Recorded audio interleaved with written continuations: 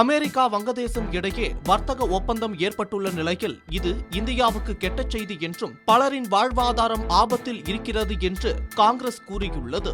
India America வர்த்தக ஒப்பந்தம் ஏற்பட்டு இரு நாட்டு தரப்பிலும் கூட்டறிக்கை வெளியானது. இதில் இந்தியா மீதான அமெரிக்காவின் வரியை 18% குறைத்து ட்ரம்ப் நிர்வாகம் அறிவித்தது. இதனால் இந்தியாவின் ஏற்றுமதி அதிகரிக்கும் என மத்திய அரசு தெரிவித்திருந்தது.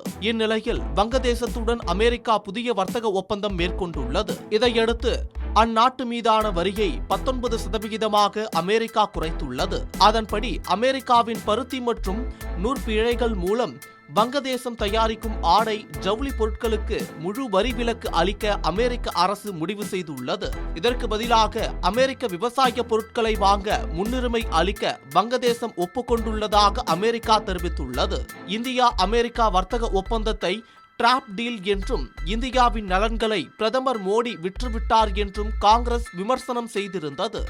தற்போது அமெரிக்கா வங்கதேசம் வர்த்தக ஒப்பந்தம் ஏற்பட்டுள்ள நிலையில் இது இந்தியாவுக்கு கெட்ட செய்தி என்று கூறியுள்ளது.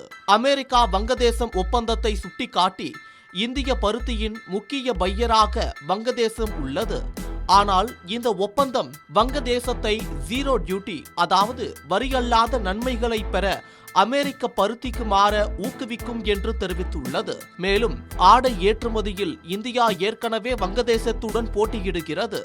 இது இந்திய பருத்தி விவசாயிகள் மற்றும் நூற்பாளர்களை பாதிப்பது மட்டும் இல்லாமல் இந்திய ஆடை ஏற்றுமதியாளர்களின் வாழ்க்கையை மிகவும் மோசமாக்கும் என குறிப்பிட்டிருக்கிறது.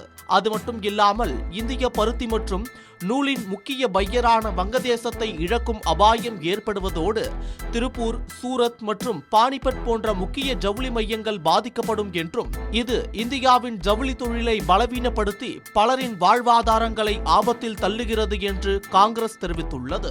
இது ஒரு புறம் இருந்தாலும் மறுபுறம் ஐரோப்பா ஒன்றியத்துடனான தடையற்ற வர்த்தக ஒப்பந்தம் மூலமும் ஏற்கனவே பல நாடுகளுடன் இந்தியா வர்த்தகம் மேற்கொள்ளும் காரணத்தால் இது பெரிய அளவில் பாதிப்பை ஏற்படுத்தாது என்ற கருத்தும் நிலவி வருகிறது.